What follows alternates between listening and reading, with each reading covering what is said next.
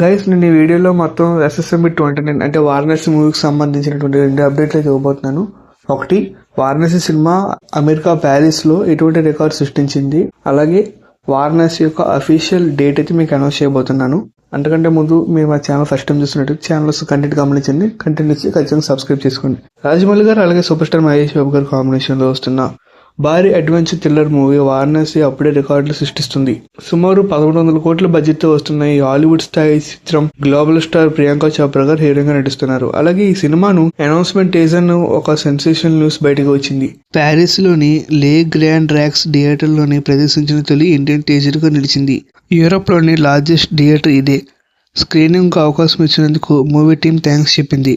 వారణాసి నుంచి ప్యారిస్ వరకు సహాయయాత్ర మొదలైంది. 2027లో పూర్తి సినిమాతో కలుసుకుందాం అని ఎక్స్లో ట్వీట్ చేశారు.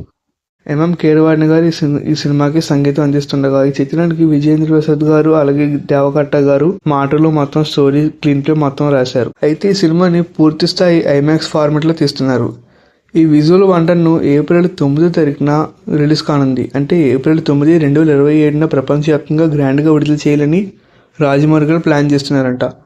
శ్రీరామనవమి సందర్భంగా సినిమాను థియేటర్లోకి తీసుకురావడం ద్వారా లాంగ్ వీకెండ్ అడ్వెంచర్ను ఉపయోగించుకోవచ్చని రాజమౌళి గారు master plan వేశారంట.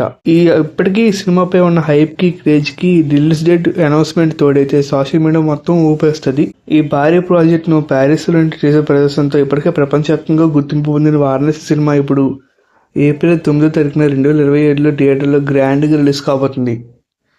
Thanks for watching this video.